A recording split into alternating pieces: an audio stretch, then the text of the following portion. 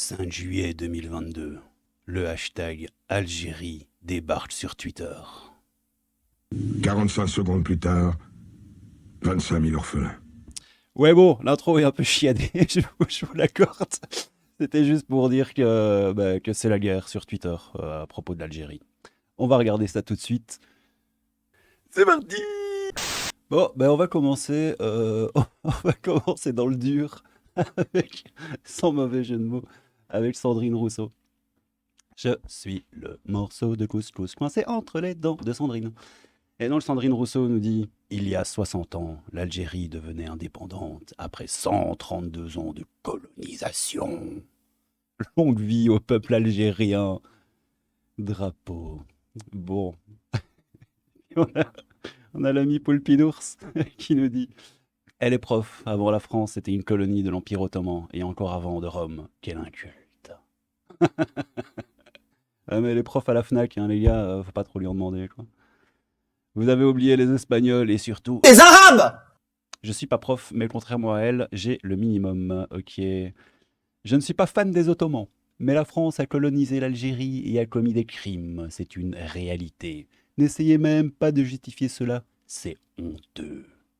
Quand ça concerne l'Algérie, certains Français, essayent toujours de justifier cette colonisation. Donc on est sur du colonisation, pas bien, français méchant. Qu'est-ce que Twitter va répondre à ça? T'es pas le couteau le plus affûté, toi. J'ai rien justifié, sombre idiote. Bah oui. Juste que l'Algérie a toujours été un territoire soumis aux puissances étrangères, et ça depuis des siècles. Ce qui n'est pas faux. Et qu'aujourd'hui elle est bien libre, cela prouve que ce peuple restera toujours libre. Hein? Quoi, genre, si maintenant t'es libre, tu resteras libre jusqu'à la fin de ta vie ou quoi? C'est, je suis perché, je suis libre, je suis perché. Non, c'est pas comme ça que ça fonctionne l'histoire. Mais bon, voilà. Moi, je souhaite au peuple algérien qu'il reste libre jusqu'à la fin du Caligula, hein. Mais c'est pas comme ça que ça marche. Libre aujourd'hui, oui, oui. Oui. Oui. Oui. Oui. Si l'Algérie pouvait reprendre ses forces vives et dynamiques présentes en France, cela pourrait l'aider à redresser son économie, point d'interrogation.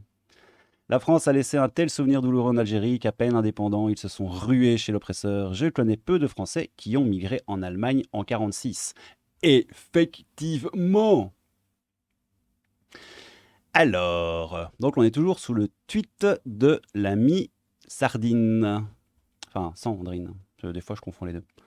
Oui, en fait, tout le monde confond les deux. C'est juste pas possible. Je suis le morceau de couscous. Les Ottomans n'ont jamais réduit les Algériens à l'état d'esclaves, comme l'a fait la France pendant des décennies. C'était un protectorat, ça n'a rien à voir. Tu confonds avec les esclavagistes barbaresques qui dévastaient les côtes pour capturer des esclaves blancs. Quand je vous dis que ça tape dans tous les sens, hein, on est dans un putain de match de tennis, quoi. C'est... Et ça part dans tous les sens.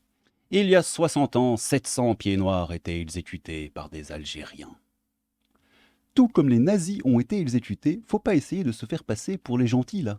Que faisaient-ils en Algérie? Ils ont colonisé l'Algérie pendant 132 ans, commis des massacres et humilié un peuple.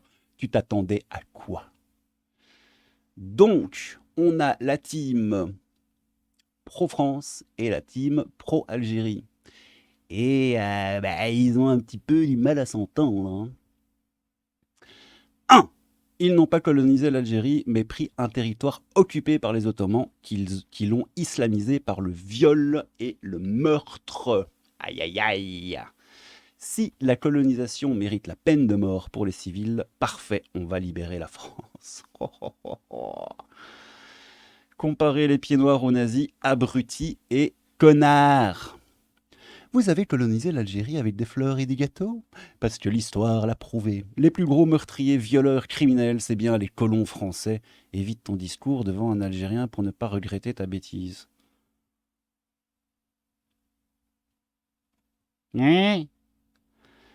En tant que Français, on doit savoir reconnaître les atrocités commises par ce pays. À vous écouter, la France n'a fait que du bien partout où elle est passée.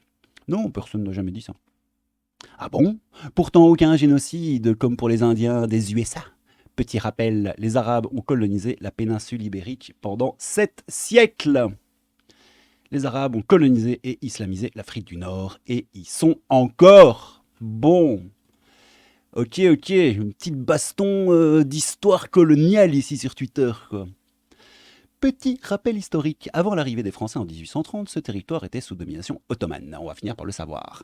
Une des principales raisons à la conquête de ces terres était de mettre fin aux razzias et aux rapts d'Européens. Pensez pour ces 1 million d'esclaves blancs. Ah ah! Est-ce la vérité? Est-ce du mensonge? Est-ce une propagande fasciste blanche? Je ne sais pas, on va regarder plus loin. Charlotte Dornelas donc avait dit, c'était quand ça? Il n'y a pas de date. Plus d'1 million d'esclaves blancs chrétiens ont été vendus dans les marchés aux esclaves à Alger, Tunis et Tripoli.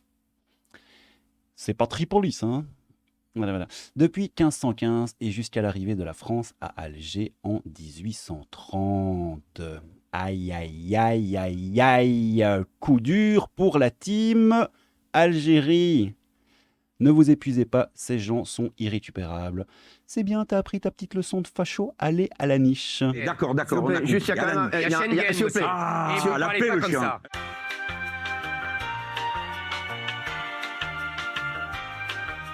Merci. Bise à la famille.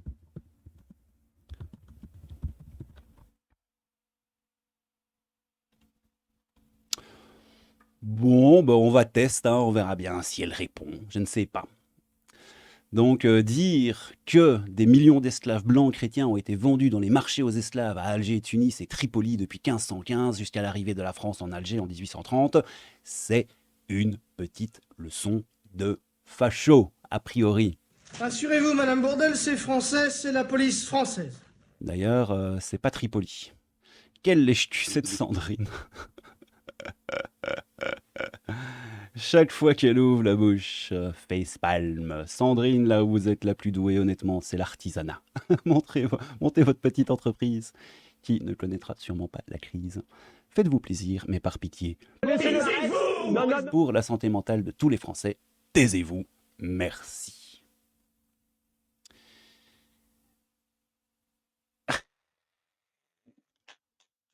C'est quoi cette photo à la nymphe, quoi? Oh, punaise.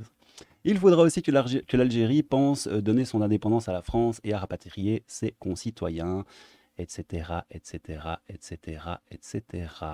Pour rappel, 5 juillet 1830, prise d'Alger par l'armée française. Alger capitule en 3 semaines. Le Dey Hussein abdique. La Méditerranée est enfin sécurisée. Cette conquête permet de mettre fin à la piraterie des barbaresques, grands pourvoyeurs d'esclaves. Effectivement, si elle repassait son bac, pas sûr qu'elle ait la moyenne en histoire vu son niveau. Ah, on a un drapeau algérien, on va sûrement apprendre la vérité ici. L'esclavage en Méditerranée s'est arrêté en 1815 avec les guerres barbaresques. Aucun esclave français n'était retenu à Alger par l'alliance franco-ottomane au XVIIe siècle, et la France n'a aboli l'esclavage qu'en 1848 et l'a pratiqué dans la même période que celle des barbaresques. Donc, d'après notre ami algérianiste, la France est méchante. Ok, c'est la colonisation française qui a duré 132 ans, pas la colonisation de l'Algérie. Ah ah! La France a bien colonisé l'Algérie 132 ans, en 1830, expédition d'Alger, indépendance. On se demande s'il y a un problème avec les cours d'histoire. Que va-t-on répondre à ça? Tu ne comprends pas que l'Algérie était colonisée avant par les Arabes et les Ottomans? Aucunement comparable, aucunement comparable. Anachronique et impertinent, l'histoire n'est pas votre fort. Ouais, mais alors, mais donne des arguments, fio.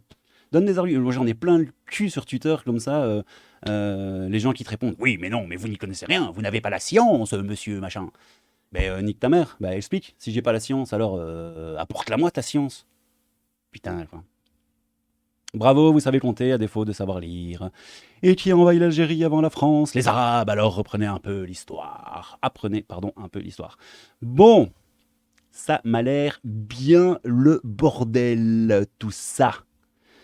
Bien le bordel. Qu'est-ce que la prostitution électorale demandait à Sandrine? Ah, ok, ouais, effectivement. Bon, on va lâcher le tweet de Sardine, de Sandrine. Je suis le morceau de couscous coincé entre les dents de Sandrine. Je suis le morceau de couscous coincé entre les dents de Sandrine. Bon, on va sur Damien Rieu. À mon avis, ça va bien clasher aussi. Et dit quoi notre ami Damien? Oran, hashtag Algérie, 5 juillet 1962, 10h30. La chasse aux Européens commence, elle fera 700 morts. La chasse aux Européens. Quand les colonisateurs se plaignent de la réaction des opprimés, c'est vraiment l'hôpital qui se fout de la charité. Oui, mais les Européens, les pieds noirs, c'était pas des vilains colons qui niquaient ta gueule. Hein. C'était des fermiers, c'était du gruau, hein, les gars. Et en plus, ils sont nés là, les gars. Donc, mais bon, méchants français.